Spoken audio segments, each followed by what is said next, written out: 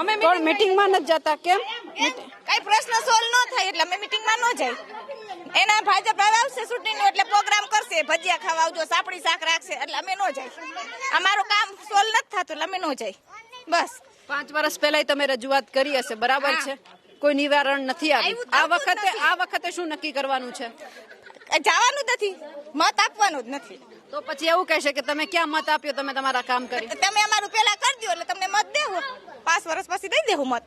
એટલે પેલા કામ પછી મત. પછી મત ના રસ્તો થઈ જાય એટલે મત 5 વર્ષ પછી બધાય દેવા જાહો. અને આ બધાય બેઠા બધાય લઈને જાહો. બસ ઈ જ પ્રશ્ન હે. અમારે બે જ પ્રશ્ન છે, એક પાણીનો, એક રોડનો. બસ બીજું કઈ નહીં. ગેસની લાઈનમાં સમયસર ગેસ ક્યારેક બંધ કરી દે લાઈન, એવું થાય છે? ના, એવું એ કઈ વાંધો નથી. ગેસ લાઈનમાં એમાં કઈ નહીં. ખાલી પાણી અને રોડ બેનો જ પ્રશ્ન છે. ચોમાસામાં પાણી ભરાય તો પછી કોઈ બીજો રસ્તો છે બહાર જવા માટે? ના, બસ આજ મેન આજ રસ્તો. બધાય આવે અહીંથી ને જાય અહીંથી. સોકડી વાળા બધા અહીંથી હાલે, 40 ના રોડ વાળા બધા અહીંથી હાલે. ક્યાં સુધી પાણી